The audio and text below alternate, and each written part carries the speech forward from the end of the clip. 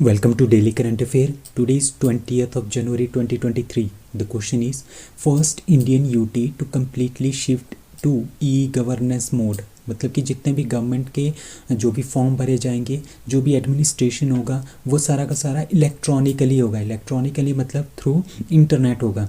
तो वो इस तरह की कौन सी पहली यूटी बनी है जहाँ की गवर्नमेंट जो है वो ई गवर्नेंस मोड के ऊपर जो है वो चल पड़ी है। That is D Jammu and Kashmir. तो जम्मू एंड कश्मीर की जो एडमिनिस्ट्रेशन है वो अब ई गवर्नेंस के ऊपर जो है वो चलेगी। इसमें जितने भी एडमिनिस्ट्रेटिव वर्क होंगे वो सारे के सारे डिजिटलाइज्ड होंगे, ठीक है, मतलब कि ऑनलाइन होंगे, leading the way to the digital transformation of the governance. मतलब कि जो गवर्नमेंट है उसको पूरी तरह से डिजिटल बनाने के ऊपर जो उन्होंने ये काम कर रहे हैं। तो ये पहली जो यूटी बनी है that is Jammu and Kashmir, ठीक है। जितने भी जो स्टेट एडमिनिस्ट्रेशन है उन्होंने ये गाइडलाइन जारी की है कि ठीक है कोई भी सर्विस जो है अनअवेलेबल नहीं होगी, ठीक है। मतलब कि जो गवर्नमेंट ऑफिसेज हैं, सपोज करो कोई भी फॉर्म भरना हो तो लोगों को क्या करना पड़ता था, अपने गवर्नमेंट ऑफिस आना पड़ता था, यहाँ पे फॉर्म भरने पड़ते थे। अगर ये ऑफिस बंद होगा तो ये काम भी नहीं होगा, ठीक है।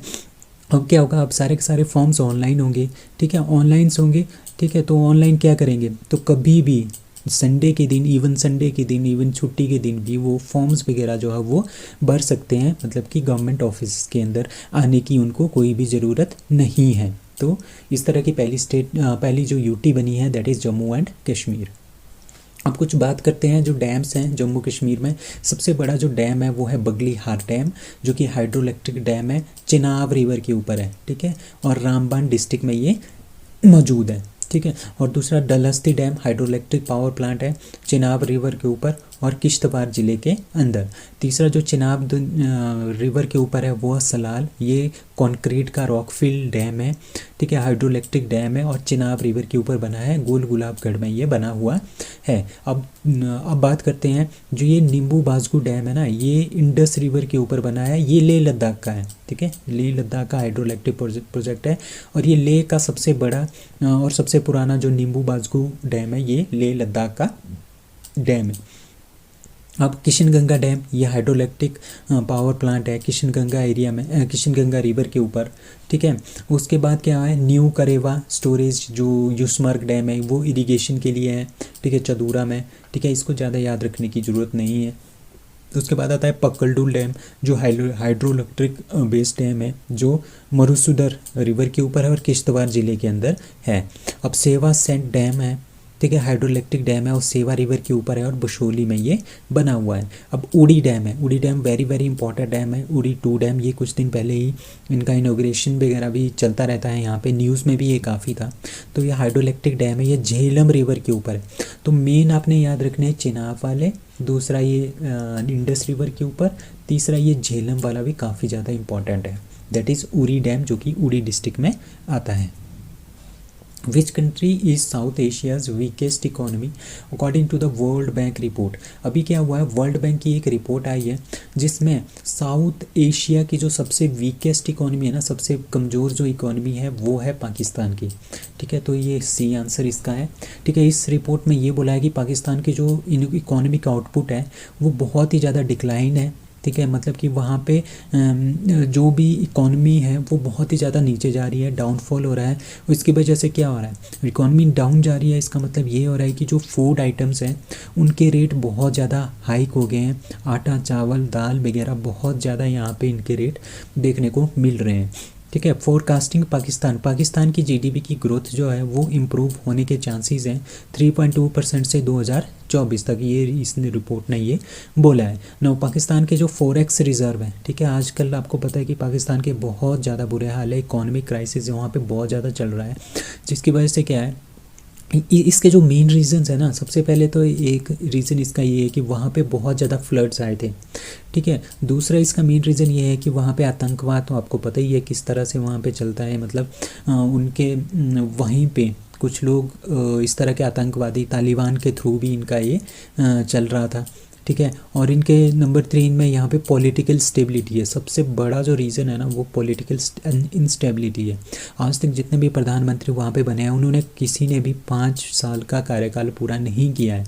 इन्हीं सब चीज़ों की वजह से आज पाकिस्तान बहुत ही ज़्यादा नीचे जा रहा है, उनकी इकॉनमी बहुत ज़्यादा नीचे आ गई है और इनके पास फॉरेक्स रिजर्व $4.6 बिलियन बचा हुआ है, जो कि जो फॉरेन के जो बिल्स है ना उसी के पेमेंट में वो 3 वीक के अंदर अंदर वो ख़त्म हो जाएगा। तो इस तरह से ये इकोनॉमिक क्राइसिस जो है पाकिस्तान में चल रहा है। अब CARAT MAREX 2023 is a maritime exercise between सी श्रीलंका एंड यूएसए। श्रीलंका और यूएसए के बीच में एक कैरेट और इसी का नाम है मैरिक्स 2023 मैरीन एक्सरसाइज है। किस किस के बीच में? यूएसए श्रीलंका के बीच में। और इसमें जापान और मालदीव्स भी इस बार पार्टिसिपेट करेंगे। और ये कहाँ पे होगी? ये होगी श्रीलंका में। श्रीलंका में जो ट्रिंकोमालीज है ना, ट्रिंकोमाली एंड मुल्लिकुलम एरिया, वहाँ पे ये एक्सरसाइज जो है वो की जाएगी। श्रीलंका और United States are conduct to the 1 week लंबी ये जॉइंट मिलिट्री एक्सरसाइज होगी, military exercise in 2023 to prepare for the disaster relief and maintain a free open Indo Pacific region. ठीक है, मतलब कि एक तरह से डिजास्टर मैनेजमेंट है उसको अगर किसी की तरह का डिजास्टर आए उसको किस तरह से टैकल करना है, तो इस तरह का ये मिलिट्री एक्सरसाइज भी 2023 में जो वो किया जाएगा। अभी एक एक्सरसाइज है, इसका नाम है कार्ट मतलब कॉरपोरेशन एफ्लोट रेडीनेस एंड ट्रेनिंग। ठीक है, मतलब कि अगर किसी तरह का डिजास्टर आए तो उसमें हमने किस तरह से उसको इसके लिए रेडी रहना है, उसको टैकल करना है। और जो ये कैरेट है ना, ये यूएसए एशियन कंट्री के साथ, जैसे एशियन कंट्री है कंबोडिया, थाईलैंड, वियतनाम, इनके साथ भी ये इंडोनेशिया, इनके साथ भी ये इस तरह की एक्सरसाइज करते रहते हैं। तो इस तरह की जो कैरेट मैरीन एक्सरसाइज है वो श्रीलंका में 2023 में हो रही है। किस किस के बीच में? श्रीलंका और यूएसए के बीच में। और जापान और मालदीव्स में इसमें पार्टिसिपेट करेगा। अब कुछ और क्वेश्चन है। Ashoka Leyland bags contract to supply 500 buses to Sri Lanka transport board, मतलब कि जो अशोका लेलैंड है इंडिया का, वो 500 बसेस श्रीलंका को ट्रांसपोर्ट करेगा। और दूसरा है ट्रिंकोमाली डील। अभी ट्रिंकोमाली डील क्या है? अभी सेकेंड वर्ल्ड वॉर के टाइम जो इंग्लैंड है, इंग्लैंड ने वहाँ पे क्या बनाया था? 99 स्टोरेज टैंक्स बनाए थे, ऑयल टैंक्स। उनकी हालत बहुत ही ज़्यादा ख़राब है, उनमें से 15 आज वर्किंग पे हैं, बाकी सारे के सारे ठप पड़े हैं। उनको एक तरह का उनको रिपेयर करने की ज़रूरत है। ठीक है, और एक टैंक की कैपेसिटी इसमें 12,000 किलो लीटर्स है। ठीक है, मतलब इतना तेल इसके अंदर आ जाता है। तो इंडिया ने इसका क्या लिया है? ठेका लिया है। ठीक है, इंडिया ने इसकी डील जो है ली है। ठीक है, वो कुछ पैसे दे के जितने भी ये स्टोरेज टैंक्स हैं इनको इंडिया क्या करेगा? इनको रिपेयर करेगा, इनको काम करने योग्य बनाएगा। और यहाँ से इंडिया को क्या फ़ायदा है? इंडिया को ये फ़ायदा है कि इंडिया का बिज़नेस भी यहाँ पे चल पड़ेगा, श्रीलंका के ऊपर थोड़ा बहुत कंट्रोल भी इंडिया का हो जाएगा, और थोड़ा बहुत ये जो इंडिया के जो जहाज़ वगैरह आता है हम वहाँ से फ्यूल्स वगैरह भी भर सकते हैं। अब इंडिया और श्रीलंका के बीच में कौन कौन सी एक्सरसाइज होती है? लाइक मित्र शक्ति और स्लीनेक्स, ये काफ़ी इंपॉर्टेंट जो एक्सरसाइज है इंडिया और श्रीलंका के बीच में होती है। What is the rank of India in military strength according to the Global Fire Power Index? ठीक है, ग्लोबल फायर पावर इंडेक्स ने क्या निकाला है? रैंकिंग निकाली है मिलिट्री के स्ट्रेंथ की। ठीक है, उसमें जो पहले नंबर पे है वो है यूनाइटेड स्टेट्स, दूसरे पे रशिया, तीसरे पे चाइना, चौथे पे इंडिया, पांचवें पे यूनाइटेड किंगडम, छठवें पे साउथ कोरिया, सातवें नंबर पे पाकिस्तान। 2021 में इनका रैंक था 9th। ठीक है, अभी ये 7वें नंबर पे आ गया है। जापान का 8वां है, फ्रांस 9th है, इटली 10th है। तो इंडिया का रैंक है इसमें 4th। और इसमें न्यूक्लियर कैपेबिलिटीज़ को एडअप नहीं किया गया है, इसको अकाउंट में नहीं लिया गया है। ये जो रैंकिंग बनाई गई है ना, ये प्योरली कन्वेंशन कैपेबिलिटीज़, मतलब कि कितनी कैपेबिलिटीज़ हैं आर्मीज़ की, उसके बेस पे ये जो है वो बनाया गया है। यहाँ पे देखो जितना कम स्कोर होगा ना यहाँ पे, उतनी ज़्यादा स्ट्रेंथ होगी किसी भी आर्मी की। तो यूनाइटेड स्टेट्स सबसे पावरफुल आर्मी है इनकी, रशिया की दूसरे, चाइना की तीसरे और इंडिया की 4th।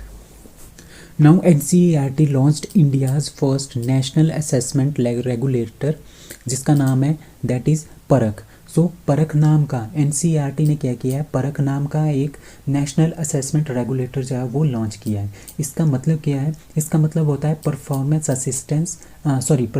Assessment review and analysis of knowledge for the holistic development, ये इसका फुल फॉर्म है। तो ये किसने लॉन्च किया है, ये एनसीईआरटी ने लॉन्च किया है और ये इंडिया का पहला नेशनल असेसमेंट रेगुलेटर है। इसका मतलब क्या है, अब आप सपोज करो कि जितने भी हमारे पास स्टेट हैं उनके पास अपना एक अलग अलग बोर्ड होता है, ठीक है। इसी तरह का एक सीबीएसई भी बोर्ड होता है, ठीक है, और स्टेट बोर्ड का अपना एक बोर्ड होता है, ठीक है। हर स्टेट का अपना बोर्ड होता है, साथ में एक सीबीएसई होता है, ठीक है, और साथ में एनसीईआरटी का भी बोर्ड होता है। तो इस तरह के ये बोर्ड्स हैं। अब देखो, हम सपोज करो कोई एक लड़का है, ठीक है, स्टूडेंट है, उसकी जो कैपेबिलिटी है, उसकी जो नॉलेज है, ठीक है, अगर वो किसी और बोर्ड में जाता है, सपोज करो उसके 90% मार्क्स आ जाते हैं, ठीक है, और यहाँ पे किसी स्टेट बोर्ड में उसके मार्क्स आ जाते हैं 57%, ठीक है, और वो सीबीएसई में उसके नाम परसेंटेज आती है 99%, तो ये इरेगुलरनेस आ जाती है, ठीक है, इरेगुलरनेस आ जाती है, ठीक है। किसी स्टेट बोर्ड का लड़का अगर स्टूडेंट अगर वो बहुत ही ज़्यादा इंटेलिजेंट है और उसके कम मार्क्स आ रहे हैं, फिर भी उसके कितने आ रहे हैं, कम मार्क्स आ रहे हैं, बट अगर वही बच्चा सीबीएसई बोर्ड में चला जाए तो उसके 95% आ जाते हैं। तो इस तरह से क्या हो जाता है, इस तरह से इरेगुलरिटीज़ आ जाती है, पता नहीं लगता कि कौन सा लड़का कितना ज़्यादा होशियार है, कितने ज़्यादा परसेंटेज उसकी है, ठीक है। तो इन सब बोर्ड को, स्टेट बोर्ड को, सीबीएसई बोर्ड को और जितने भी हमारे बोर्ड है, उन सब का एक कॉमन असेसमेंट रेगुलेटर जो है वो बनाया है, उसका नाम है परख। इसके अकॉर्डिंगली क्या होगा, जो स्टूडेंट जितनी उसकी इंटेलिजेंस है उसके हिसाब से उसको असेस किया जाएगा, ठीक है, सभी बोर्डों में, चाहे उसके 90% हो, चाहे उसके स्टेट बोर्ड में 50% हो, ठीक है, चाहे उसके किसी और बोर्ड में 70% हो, बट इसमें इरेगुलरिटीज़ है ना, किसी में 50 है, किसी में 70 है, किसी में 90% है, ठीक है। बट उसको क्या करना पड़ेगा, उसको एक कॉमन उसमें लेके आना है इंटेलिजेंसी में, कि उसकी इंटेलिजेंसी आखिरकार पूरे इंडिया में कहाँ जैसे लाई करती है, ठीक है। अगर हम इस तरह से बोर्ड बनाएंगे और किसी में 90% है, किसी में 50% है, किसी में 70% है, तो हमें पता नहीं चलेगा ना कि वो कितना इंटेलिजेंट है और उसकी कितनी उसकी कैपेबिलिटीज़ है, ठीक है। अब कहीं पे किसी इंस्टीट्यूशन में, किसी भी जॉब में या किसी भी चीज़ में अगर कहीं पे परसेंटेज मैटर करती है, तो सीबीएसई वाले तो वैसे ही उनकी परसेंटेज बहुत ज़्यादा हाई मानी जाती है, ठीक है, 95, 98, 99, ठीक है। और जो सीबीएसई, जो स्कूल बोर्ड, जो हमारे स्टेट बोर्ड का स्टूडेंट होता है, उसकी इंटेलिजेंस भी उतनी ही होती है, बट उसकी परसेंटेज कम रह जाती है, क्योंकि इनकी इवैल्यूएशन जो होती है ना वो टफ होती है। सीबीएसई की जो इवैल्यूएशन होती है वो थोड़ी ईजी हो जाती है, ठीक है, ऐसा माना जाता है, ठीक है। तो इस तरह से क्या हो जाता है, इस तरह से इरेगुलरिटी हो जाती है पूरे इंडिया को, पूरे नेशन को ये चेक करने में कि कौन सा स्टूडेंट कहाँ पे लाई करता है। तो उसको असेस करने के लिए सभी स्टूडेंट्स को एक प्रॉपर चैनल में लाने के लिए, ठीक है, इसके लिए पहली नेशनल असेसमेंट रेगुलेटर जो है उसका नाम है परख, जो कि एनसीईआरटी ने लॉन्च किया है। और ये जो परख है ना, नेशनल एजुकेशन पॉलिसी जो 2020 में आई थी, ये इसका एक पार्ट है। अब जो नेशनल एजुकेशन पॉलिसी 2020 में आई थी उसको बनाया था कस्तूरी रंजन कमेटी, उसके लिए अप्लाई की गई थी। First state to implement NEP 2020 for higher education that is Goa, और फॉर प्राइमरी एजुकेशन के लिए जो न्यू एजुकेशन पॉलिसी 2020 है वो स्टार्ट की है उत्तराखंड ने। और NCERT का मतलब क्या होता है, national council of education research and training, और ये 1961 में बनाया गया था। और इसके जो डायरेक्टर हैं वो है दिनेश प्रसाद सकलानी। वर्ल्ड्स ओल्डेस्ट जो पर्सन है लुसिले रैंडन, जिनकी अभी मृत्यु हुई है, जो कि 118 साल की थी। She was from that is France, तो ये फ्रांस की थी, ठीक है। कुछ दिन पहले आपने एक न्यूज़ पढ़ी थी कि केन तानाका, ठीक है, केन तानाका जो कि जापान के थे, उनकी डेथ हो गई है। वो 119 ईयर्स ओल्ड थे। जैसे ही इनकी डेथ हुई थी उसके बाद जो ये MS रैंडन है, ठीक है, मिस रैंडन, लुसिले रैंडन, ठीक है, ये सबसे ज़्यादा उम्र दराज जो महिला है, उम्र दराज जो इंसान है अर्थ पे, वो बन गए थे, ठीक है। अभी इनकी क्या हो गई, इनकी भी डेथ हो गई 118 साल में। इनका नाम था लुसिले रैंडम, ठीक है। इनको हम सिस्टर एंड्रे भी बोलते हैं, ठीक है। और इनकी डेथ जो है हमारे पास नर्सिंग होम जो फ्रांस में है वहाँ पे इनकी डेथ हुई थी, ठीक है। शी वॉज बॉर्न ऑन 11 फरवरी 1904 को ये पैदा हुए थे सदर्न फ्रांस में, ठीक है। ये जो है ये ब्लाइंड थे, ठीक है, और व्हील चेयर के ऊपर थे, फिर भी ये जो बड़े लोग होते हैं, उम्रदराज लोग होते हैं, उनकी सेवा जो है ये करते रहते थे, ठीक है। आफ्टर तनाकास डेथ, जब तनाका जो जापान के तनाका हैं उनकी डेथ हुई थी 118 साल में, सॉरी 119 साल में, तो जो ये 118 साल की लुसिले रैंडम है ये बन गई थी oldest person of the world. अब क्या हुआ, अब इनकी भी डेथ हो गई है, she was from France. India announce the donation of 12,500 doses of pentavalent vaccine to that is Cuba. So Cuba को इतनी वैक्सीन जो है इंडिया देगा। क्यूबा की कैपिटल है हवाना, करेंसी है क्यूबन पैसो, प्रेसिडेंट है मिगुल डियाज कैनेल, एंड इसके जो कॉन्टिनेंट है कहाँ पे है ये, नॉर्थ अमेरिका में ये स्थित है क्यूबा।